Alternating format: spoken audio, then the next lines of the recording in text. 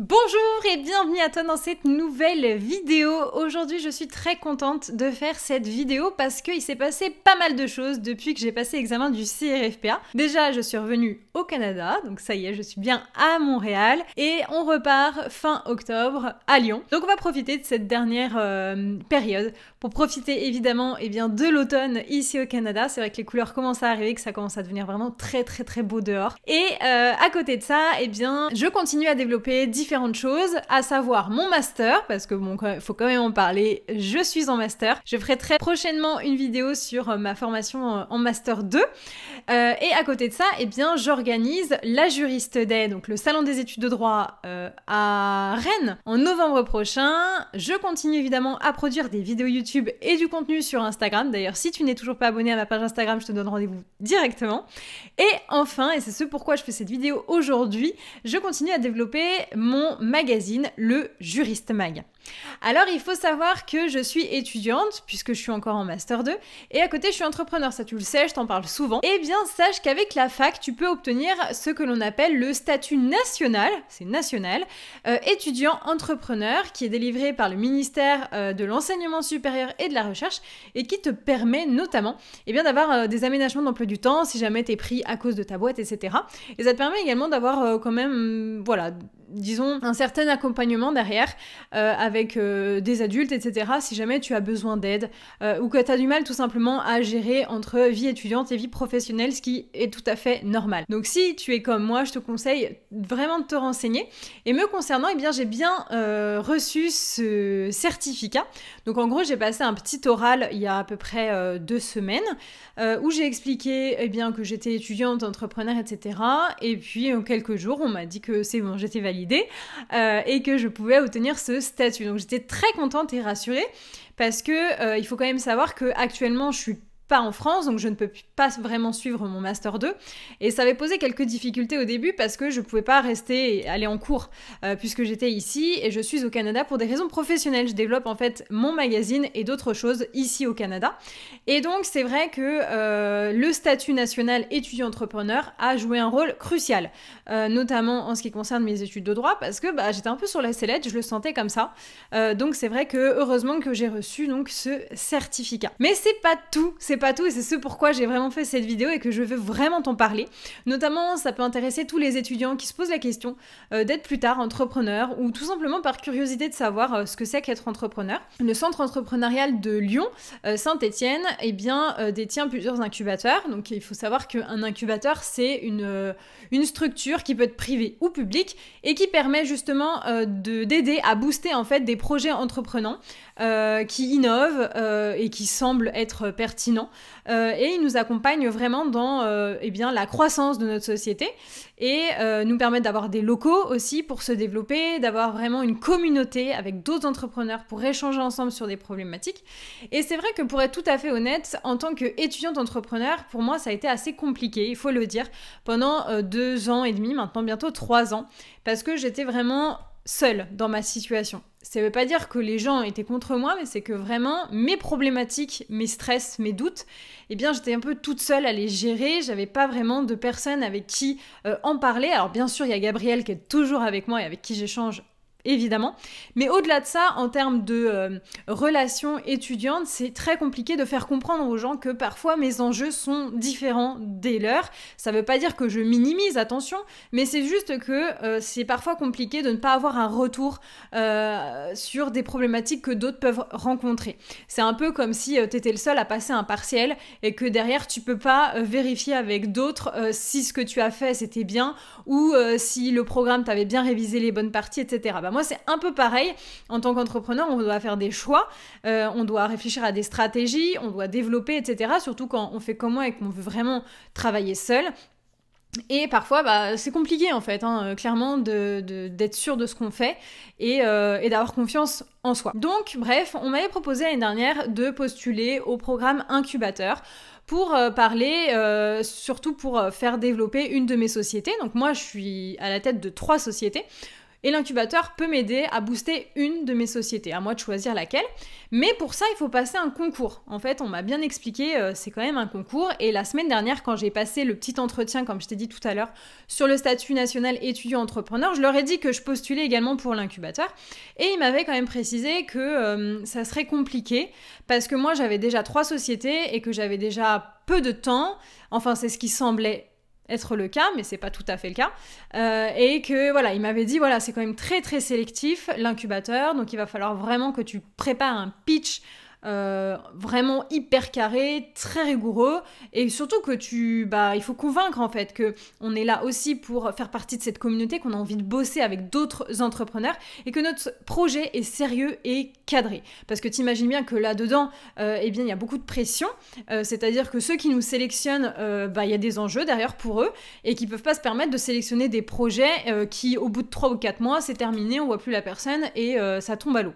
Donc c'est vrai que je me suis mis un petit coup de fouet pour préparer un pitch pertinent. Encore une fois, moi j'aime pas surjouer, j'aime être moi, j'aime être naturelle. J'ai envie qu'on me sélectionne pour ce que je propose et pas parce que je parais être comme ci ou comme ça. Et donc, dimanche soir, j'ai commencé à préparer mon pitch pour le lundi.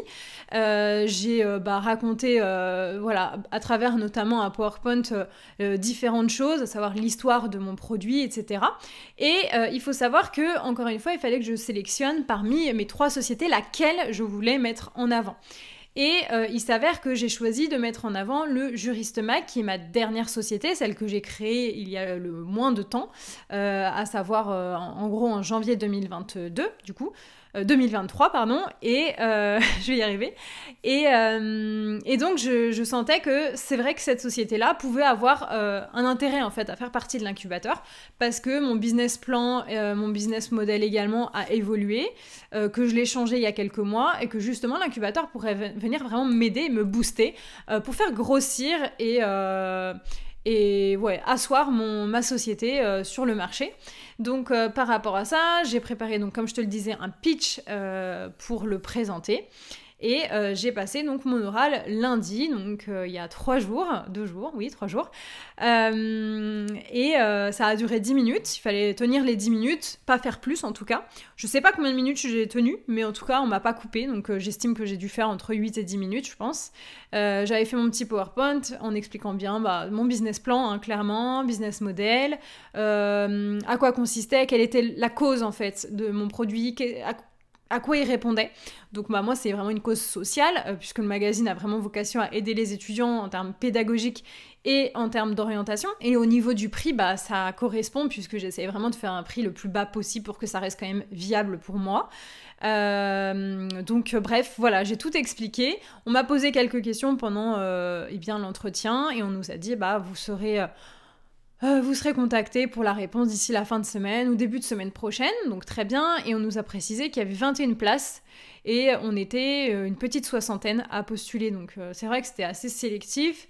Et me concernant, je savais pas trop en fait si ce que j'avais fait c'était bien, si c'était suffisamment pertinent, si voilà ça collait.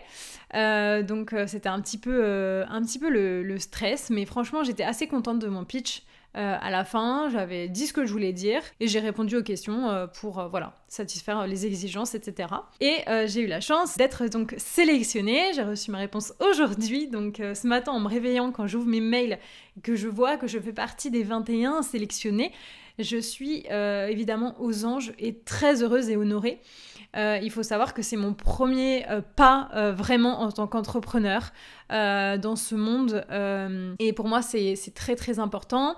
C'est vrai que j'ai 3 sociétés, 2 qui sont lancées en termes de vraiment on va parler chiffres, hein, en termes de chiffre d'affaires, etc. C'est viable et ça marche bien.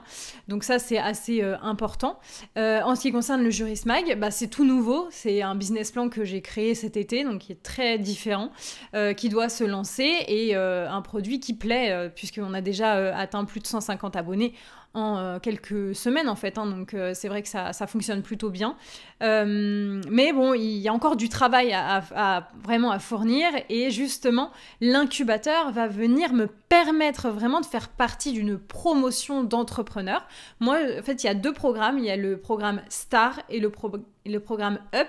Donc, c'est en fonction de où se situe ta société. Moi, je suis dans le Start parce qu'en fait, elle débute tout simplement parce qu'on est au début. Le business plan, etc., le business model est encore neuf.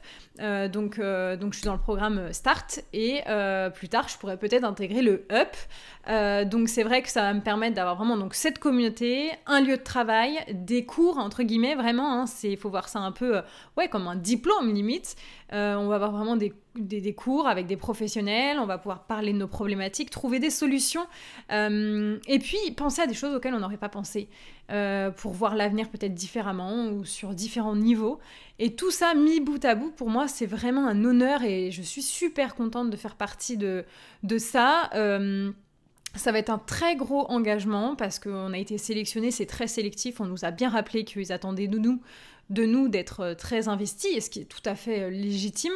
Mais moi, voilà, je suis évidemment très excitée par cette aventure et heureuse et fière, mais si vous saviez comme je suis fière, c'est pas facile d'être étudiant et d'avoir 3 boîtes à côté, et d'être crédible et d'avoir confiance en soi, même quand ça marche, mais que parfois les gens, on a l'impression qu'ils pensent que ça marche pas, alors qu'en vrai ça marche.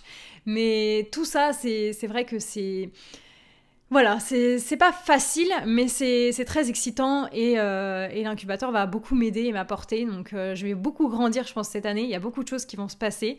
Donc, franchement, je suis fière de moi. Je suis vraiment fière de moi et heureuse de pouvoir le partager ici et surtout motiver des étudiants si vous êtes également porteur de projets. Voilà, de croire en soi, de croire en ses rêves et de pas abandonner. Parce que franchement,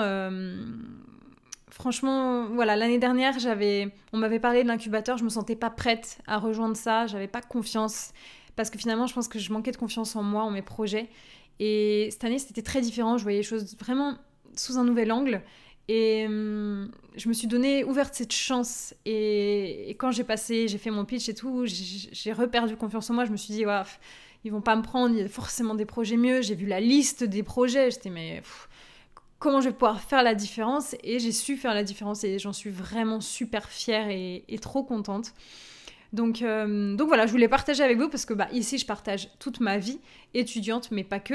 Et ici, c'est en lien avec mes études quand même parce qu'il s'agit du magazine des études de droit. Mais c'est aussi un projet professionnel et d'entrepreneur qui peut en motiver certains. Donc voilà, vous savez tout, donc je vais... évidemment, un petit peu documenter cette période-là de ma vie qui va débuter quand je reviendrai du coup du Canada fin octobre. Je vous montrerai un petit peu plus ce que c'est que la vie dans un incubateur, entre guillemets, ce qu'on fait, comment évoluent les choses, etc. En tout cas, évidemment, je vais en profiter de cette vidéo pour vous parler de mon magazine, le magazine des étudiants en droit, qui est à 2,99 €. Vous le recevez en format papier dans votre boîte aux lettres chaque mois. Voilà, et vous pouvez également le télécharger.